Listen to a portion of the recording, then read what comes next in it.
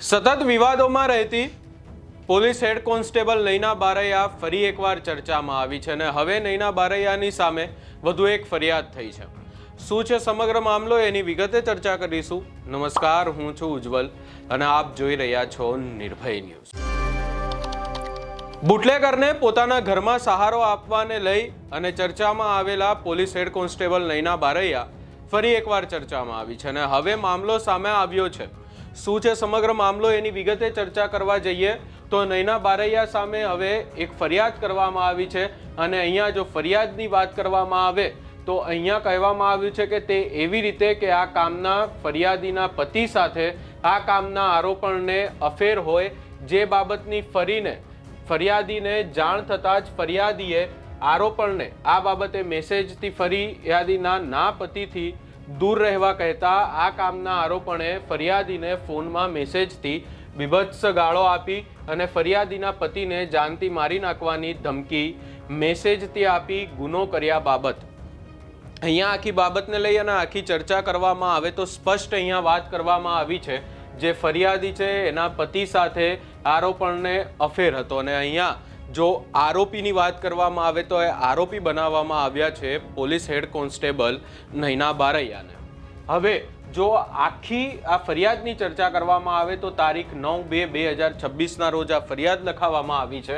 અહીંયા લખાવવામાં આવી છે ફરિયાદ કુંદનબેન દ્વારા લખાવવામાં આવ્યું છે કે મારું નામ કુંદનબેન રાજુભાઈ રામભાઈ ભમ્મર, ઉંમર વર્ષ 39, ધંધો ઘરકામ, રહેવાસી મૂળ ગામ બોરડા ગામ, તાલુકો તળાજા, જિલ્લો ભાવનગર, હાલ રહેવાસી શાંતિ વિહાર સોસાયટી, મકાન નંબર 13, પર્વત પાટિયા, સુરત, જિલ્લો સુરત અને અહીંયા નંબર પણ આપવામાં આવ્યું છે। વધુમાં લખવામાં આવ્યું છે કે રૂબરૂમાં આવી મારી ફરિયાદ હકીકત લખાવું છું કે હું હાલ સુરત ઉપરમાં જણાવેલ સરનામા મારા 2 બાળકો સાથે રહું છું।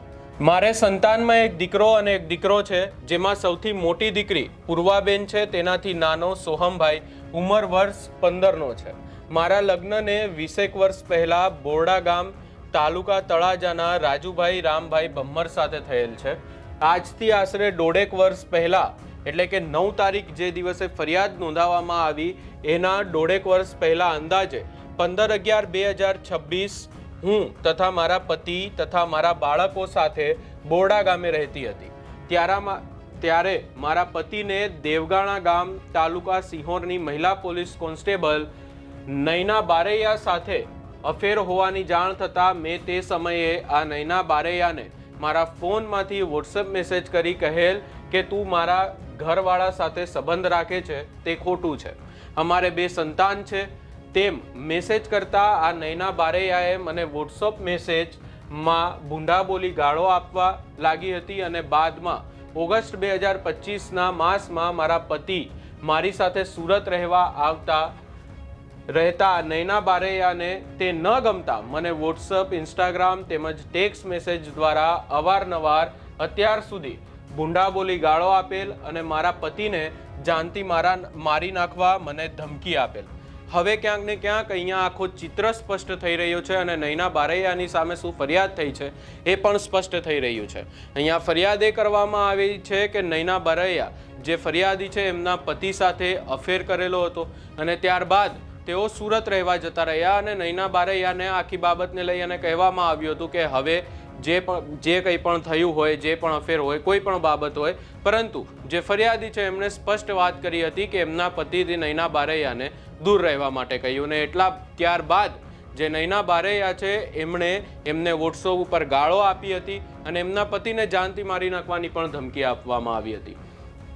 વધુમાં જો ચર્ચા કરવામાં આવે તો અહીંયા લખવામાં આવેલું છે કે આ રાજુ મારો નહીં તો તારો પણ નહીં, મારા ઉપર ભલે 302 થાય, તારે પોલીસ સ્ટેશન જવું હોય તો ત્યાં જજે, 15 દિવસમાં તું રોતી ના હોય તો કહેજે, તેમ કહી મારા પતિને મારી નાખવાની ધમકી આપેલ છે। એટલે કે જે ફરિયાદી છે એમના પતિનું નામ રાજુભાઈ ભમ્મર છે અને રાજુભાઈ ભમ્મરને ક્યાંક ને ક્યાંક અહીંયા એવી વાત નૈના બારૈયા દ્વારા કરવામાં આવી હતી અને કહેવામાં આવ્યું હતું કે તારો પતિ રાજુ મારો નહીં તો પછી કોઈનો નહીં અને મારી નાખવાની ધમકી આપવામાં આવી હતી।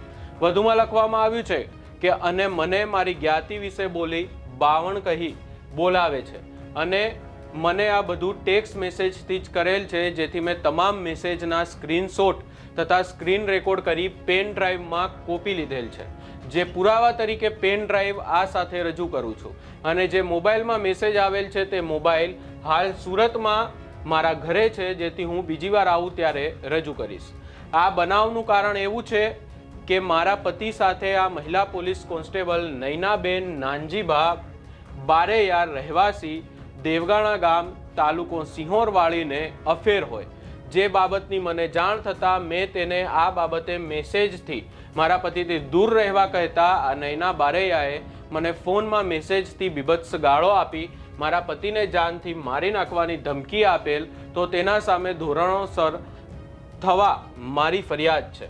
એટલી મારી હકીકત મારા લખાવ્યા મુજબની બરાબર અને ખરી છે, જે વાંચી સમજી આ નીચે મારી સહી છે. અહીંયા આખી બાબતને લઈ અને જો ચર્ચા કરવામાં આવે તો આખી ચર્ચા હવે ક્યાંક ને ક્યાંક ફરી એકવાર એ ચર્ચાઓએ વેગ પકડ્યો છે અને નૈના બારૈયાને લઈ અને ખાસ કરી અને ચર્ચા કરવામાં આવી રહી છે, કારણ કે તેઓ એક પોલીસ કોન્સ્ટેબલ છે. પોલીસને લઈ અને જો પણ ચર્ચા કરવામાં આવે અને ખાસ કરીને ભાવનગરની પોલીસની ચર્ચા કરવામાં આવે તો ભાવનગર પોલીસ છેલ્લા કેટલાય સમયથી ચર્ચામાં છે, કારણ કે આપણે જોયું અનેક ઉદાહરણો આપણી સામે જ છે. પીઆઈ ડાંગર હોય, પીઆઈ પટેલ હોય, કે પછી જે કોન્સ્ટેબલ હતા એ હોય, કે પછી એક ખૂટવડા ગામનો પણ કિસ્સો આવ્યો હતો. આ તમામ બાબતને લઈ અને ભાવનગરની પોલીસ સતત ચર્ચામાં છે અને હવે નૈના બારૈયા ફરી એકવાર ચર્ચામાં આવ્યા છે. સ્પષ્ટ વાત કરવામાં આવી છે કે નૈના બારૈયાનો જે ફરિયાદી છે એમના પતિ સાથે અફેર હતો. આ આખી બાબતને લઈ અને તેમની પત્નીને કે જે ફરિયાદી પણ છે કુંજનબેન, તેમને જાણ થઈ અને નૈના બારૈયાને આ આખી બાબતને લઈ અને તેમના દ્વારા કહેવામાં આવ્યું હતું કે ભાઈ તમારો મારા પતિ સાથે અફેર હતો, આ તે બાબત છે, પણ હવે તમે એમનાથી દૂર રહો. ત્યારબાદ નૈના બારૈયા દ્વારા આખી બાબતને લઈ અને તેમને ગાળો પણ આપવામાં આવી છે અને તેમના પતિને જાનથી મારી નાખવાને લઈ અને ધમકી આપવામાં આવી છે. આ સમગ્ર બાબતે હવે મામલો ઉગ્ર બન્યો છે. આગામી સમયમાં જોવાનું રહેશે કે શું કાર્યવાહી થાય છે. તમારો શું અભિપ્રાય છે અમને કમેન્ટ કરી જરૂર જણાવશો. અમારી ચેનલ નિર્ભય ન્યૂઝને લાઇક, શેર, સબસ્ક્રાઇબ કરવાનું ભૂલશો નહીં.